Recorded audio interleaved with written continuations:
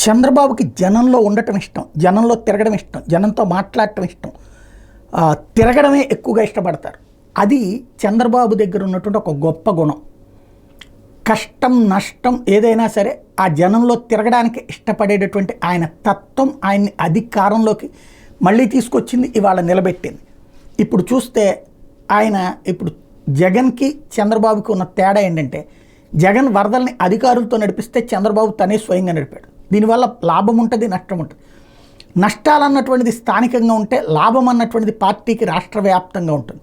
అదే సందర్భంలో ఆయనే తిరగడం వలన ఆయన అధికార యంత్రాంగాలకు సంబంధించిన వివిధ, ఇప్పుడు చూడండి నిన్న మళ్ళీ ఒక సమీక్ష, వరద ప్రాంతంలో ఉన్నటువంటిది ఆ ముంపు ఏదైతే దీని దగ్గరికి వెళ్తారు, కరకట్ట దగ్గరికి వెళ్తారు, లేకపోతే కనుక ఈ టోల్ గేట్ అదే దాన్ని ఏమంటారు మన గడ్డిపడినటువంటి ప్రదేశానికి వెళ్తారు. అట్లాగే వీళ్ళతో ఇన్సూరెన్స్ వాళ్ళతో సమీక్షిస్తారు, లేకపోతే కనుక వెహికల్స్ ఓనర్లతో సమీక్షిస్తారు, వెహికల్స్ సంస్థలతో చర్చిస్తారు. ఇవన్నీ యాక్చువల్గా ప్రభుత్వానికి సంబంధం లేని పని. కానీ ప్రభుత్వం అక్కడ తనుగా ఎంత ఇచ్చినా, ఇప్పుడు ఒక బండి రిపేర్ అయితే కనుక 25,000 ఇచ్చినా అవ్వదు. అయితే అదే కనుక ఆ కంపెనీల వాళ్ళు ఒకసారి బాబు మాట్లాడితే ఆటోమేటిక్గా కొంత తగ్గించుకోవడానికి సిద్ధపడతారు. ఇక్కడ విషయం ఏంటంటే వాళ్ళు పెద్దగా తగ్గించకపోవచ్చు, కానీ ఇప్పుడు ఆ సదరు సంస్థలే ఓ 10 రూపాయలు తగ్గిస్తాయి ఆటోమేటిక్గా.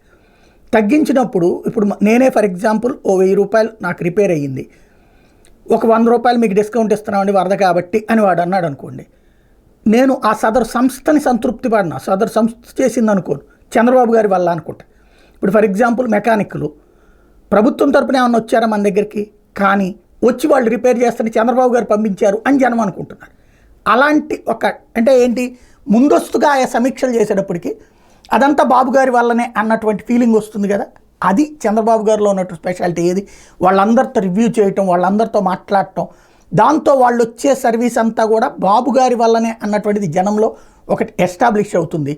అంత చక్కటి వ్యూహాత్మకంగా 10 రోజుల నుండి నడిపించినటువంటి చంద్రబాబు గారి ఆషామాషి అంశం కాదు. అంతటి ఓపిక ఆయన పదే పదే జనంలో తిరగటం కానీ, నీళ్లలో తిరగడం కానీ, ఎదురైనటువంటి సమస్యలను ఎప్పటికప్పుడు పరిష్కరించడం కానీ, ఆ ఓపికే లేక జగన్మోహన్ రెడ్డి ఇంట్లో కూర్చున్నారు. చంద్రబాబు నాయుడు జనంలో ఈవేళ నాయకత్వ బాధ్యతలో ఉన్నారు.